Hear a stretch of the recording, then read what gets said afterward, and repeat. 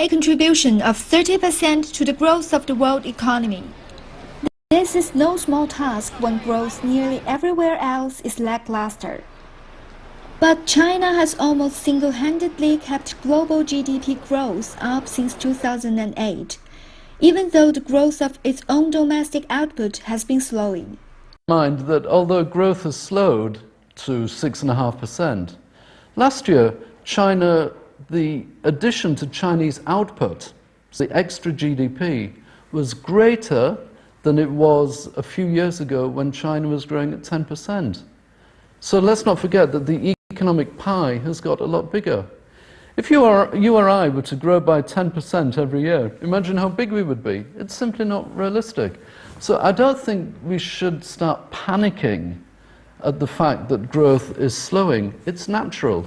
But no country can afford to ignore challenges in the global economy, not even China. The country faces changes to the structure of its own economy, and China continues to push for open trade and globalization despite rising protectionism around the world.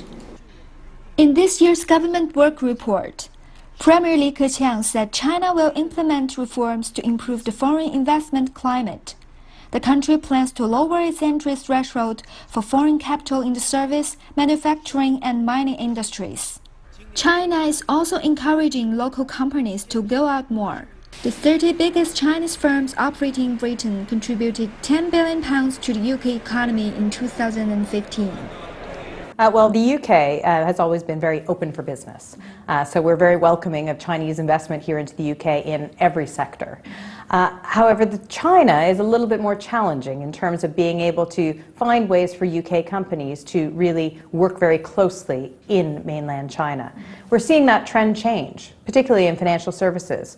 A prime example of that is the opening up of China's interbank bond market last year for direct quota-free access of investors to China, and that's something that London is participating heavily in. China and Britain complement each other in the fields of finance and services. But European financial institutions are no longer as vibrant as they were in the past. Chinese institutions may help fill the void European companies leave behind. Even since last year's Brexit vote, the UK and China are working closely together for financial services. Good examples of this are the opening up of the first branch of China Life here in the city, as well as Bank of Communications opening up their branch license back in November of last year. It really shows the continued growth between the two countries, and we're looking forward to more of the same. China is vital to global trade, and the country will remain a staunch proponent of globalization and the free flow of goods and services across borders. CGTN, London.